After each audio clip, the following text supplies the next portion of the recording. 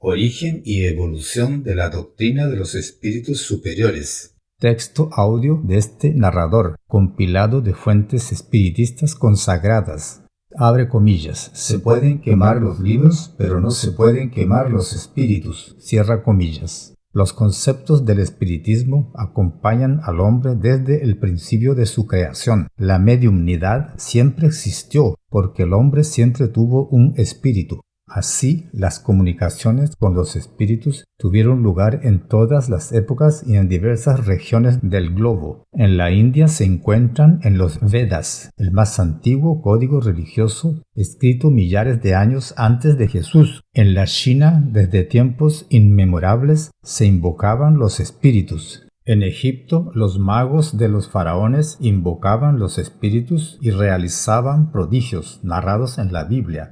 En la Grecia antigua, los templos tenían las pitonisas, que recibían los oráculos invocando los dioses. Entre los romanos, las invocaciones a los espíritus eran muy difundidas. La invocación y la interrogación a los muertos eran consultadas sin cesar por los generales, y ningún emprendimiento con alguna importancia era decidido sin buscar el consejo de las sacerdotisas. En la Galia, los druidas se comunicaban con el mundo invisible. Millares de testimonios lo confirman. Invocaban los muertos en recintos de piedras. Entre los primeros cristianos en Hechos de los Apóstoles del Nuevo Testamento se encuentran numerosas indicaciones de comunicaciones con los espíritus de los muertos. San Pablo, en su primera epístola a los Corintios, describe con el nombre de dones espirituales todos los géneros de mediumnidad. El propio Moisés prohibió a los hebreos esa práctica, pues eran usadas para fines mezquinos, egoístas y vulgares. Deuteronomio capítulo 18 versículos 10 y 11, lo que es por sí solo un indicativo fuerte de que ese fenómeno existe. Pero esa prohibición era una ley mosaica, esto es, de Moisés, que no debe ser confundida con las leyes divinas del Decálogo. En los 10 mandamientos no se prohíbe el contacto con los espíritus. Si así fuera, Jesús habría cometido pecado cuando se transfiguró delante de los médiums especiales San Pedro, Santiago y San Juan, y recibieron comunicaciones de los espíritus de Moisés y Elías, los cuales habían vivido siglos antes, encarnados en nuestro mundo físico. Además, el propio Moisés elogió a Eldad y Medad, que recibiendo espíritus profetizaron. Números capítulo 11, versículos 24 a 30.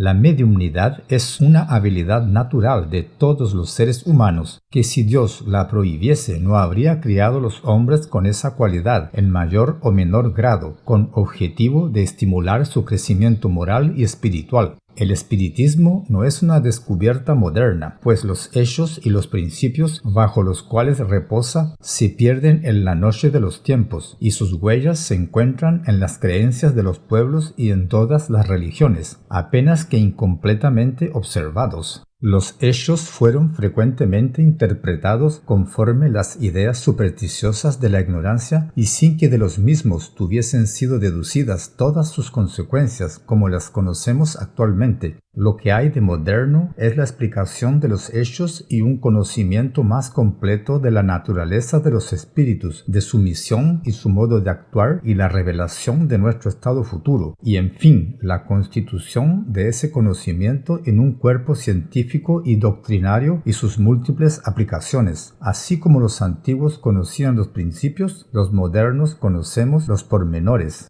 Allan Kardec, seudónimo del influyente educador, pedagogo, autor y traductor francés del siglo XIX, Hippolyte Léon Denisard Rivail, hombre políglota de gran cultura y esencialmente un investigador, codificó la doctrina de los espíritus con la ayuda y la inspiración del Espíritu de la Verdad, enviado por Jesús, que lo había prometido. San Juan, capítulo 16, versículos 12 y 13. Así pues, el espiritismo es Jesús de vuelta. El profesor Rivail usó el método científico para reunir, compilar y sistematizar los textos recibidos por diversos médiums de aquella época durante años en largas reuniones que él presidía, a los cuales también confrontaba con centenas de mensajes mediúmnicas provenientes de varios países, y codificó todo ese material en 5 libros. Allan Kardec crió el neologismo espiritismo y introdujo el uso del término reencarnación, de entre otros vocablos. Espiritismo nada más es que la doctrina de los espíritus. En realidad son los propios espíritus quienes hacen la propaganda con la ayuda de innumerables médiums a los que ellos estimulan en todas partes, en todos los pueblos, en todas las razas, credos, religiones, sectas y partidos. Es por esto que el espiritismo no tiene nacionalidad ni fue dada a un único intérprete, como son los casos de Moisés, los profetas y Jesús.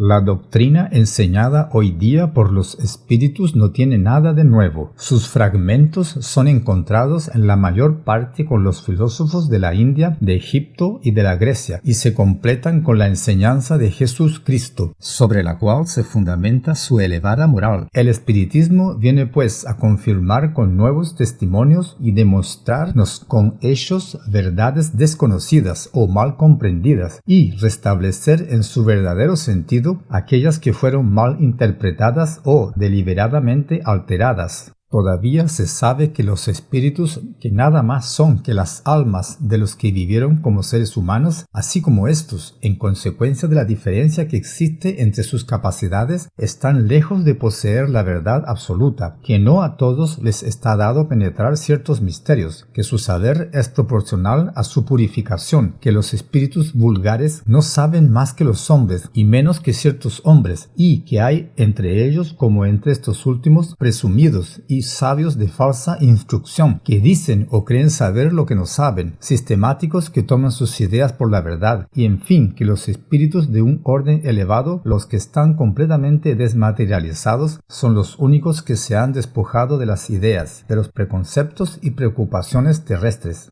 Como saben que son invisibles para nosotros, con la excepción de algunos médiums, pero nosotros no para ellos. Los espíritus mentirosos toman supuestos nombres conocidos para nos engañar con sus utopías. Resulta de esto que todo lo que está fuera de la enseñanza exclusivamente moral, las revelaciones que cada uno puede obtener, tienen un carácter individual, sin autenticidad comprobada, que deben ser consideradas como opiniones personales de tal o cual espíritu, y que se cometería una imprudencia aceptarlas y promulgarlas ligeramente como verdades absolutas. Las profecías pueden ser también verdaderas o falsas. Es por esto que los propios espíritus superiores usan el control de la concordancia universal como método para comprobación de la veracidad de las comunicaciones reveladas, una vez que millares de voces espirituales se hacen oír simultáneamente en todas partes para proclamar los mismos principios y transmitirlos tanto a los ignorantes como a los sabios, a fin de que nadie sea desheredado. Antes, la primera comprobación, sin duda, es la de la razón, a la que es preciso someter sin excepciones todo lo que viene de los espíritus, toda teoría en contradicción manifiesta con el buen sentido, con una lógica rigurosa y con los datos positivos que se poseen, sea quien quiera el que la afirme, debe ser rechazada. Así, esta universalidad constituye la fuerza del espiritismo y es también la causa de su rápida propagación. Ella también es la garantía y el remedio contra rupturas o la ambición de algunos y no teme a la mala voluntad de los hombres y ni a las revoluciones morales o los cataclismos físicos del globo, porque nada de esto puede alcanzar a los espíritus. El espiritismo es la religión que más estudia los espíritus y ella no se evade de ningún conocimiento y no considera ningún tema un tabú, pues como el propio espíritu de la verdad advierte, abre comillas, espiritistas, amaos, he aquí el primer mandamiento, instruíos, he aquí el segundo, cierra comillas. El espiritismo, siendo la enseñanza dada por los espíritus superiores, espíritus evolucionados o espíritus santos, como se prefiera llamar, comandados por el espíritu de nuestro Maestro y Señor Jesús Cristo, implanta naturalmente una reforma íntima en el individuo. No es sin efecto que su máxima es: sin caridad no hay salvación. Así, el espiritismo es al mismo tiempo ciencia, religión, filosofía y moral. Como ella se fundamenta en las comunicaciones mediúmnicas, su fe es una fe basada en la razón.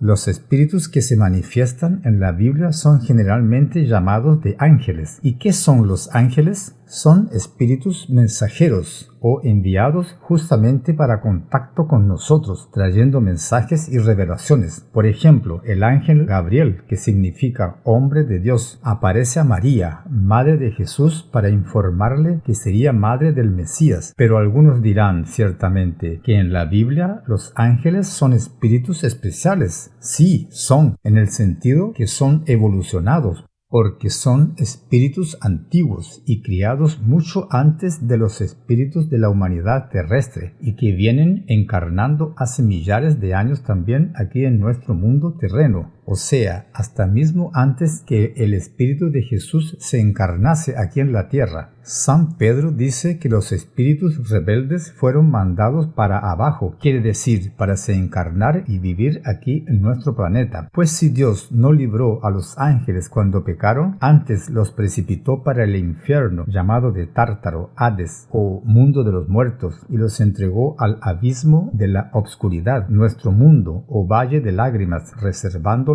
para el juicio. San Pedro capítulo 2, versículos 2 a 4. Observe entonces que los ángeles pueden pecar, lo que demuestra que son humanos y tienen libre arbitrio. La diferencia es pues que los citados por San Pedro ya tenían un alto nivel de evolución espiritual, evolución esta que no perdieron, pero fueron mandados para reencarnar aquí en la tierra como castigo. Es claro que la mayor parte de este lenguaje es figurado o alegórico, debido a la época y a la capacidad intelectual y moral de los seres a los cuales era dirigida, lo que no quiere decir que sea menos verdadera. Imagine la libertad de un ser espiritual que puede verdaderamente disfrutar de todas las facultades humanas y otras más en alto grado desarrolladas, que puede circular libremente y se transportar con la velocidad del pensamiento por donde le satisface en un universo infinito lleno de bellezas y maravillas donde existen todo tipo de mundos en las más variadas condiciones, sin se preocupar de sufrir con frío, con calor, con falta de alimento, con enfermedades y cosas del estilo. Imagine ahora que este mismo ser espiritual está obligado a quedarse encarcelado en un cuerpo humano, sujeto a todas las vicisitudes de esta vida, teniendo que combatir diariamente por su subsistencia y soportar guerras y enfermedades de todo tipo. Además, este ser espiritual encarna en un cuerpo que no sabe quién es él de hecho. Literalmente es cambiar el cielo por el infierno. Para los espiritistas, el cielo no se gana a priori, sino que por el propio esfuerzo con una vida dedicada al amor, a la caridad y a la fraternidad, soportando todas las pruebas de esta vida sin se quejar, según como el propio Cristo nos enseñó y nos mostró. Todos los fenómenos espirituales y mediúmnicos, mismo los relatados en la Biblia, nos causan en principio una cierta incomprensión y sentimientos de extrañeza, raridad y hasta de temor en algunos, lo que hace que no se acepte íntimamente ni se medite a fondo sobre ellos. Pero bajo la óptica del espiritismo, todo esto se torna simple y fácil de entender y aceptar. Se pueden quemar los libros, pero no se pueden quemar los espíritus. Sí, son ellos, los propios espíritus superiores, aquellos dotados de una sabiduría, un amor y una moral elevadas, que nos revelan todas estas cosas en La doctrina de los espíritus. Fin de audio.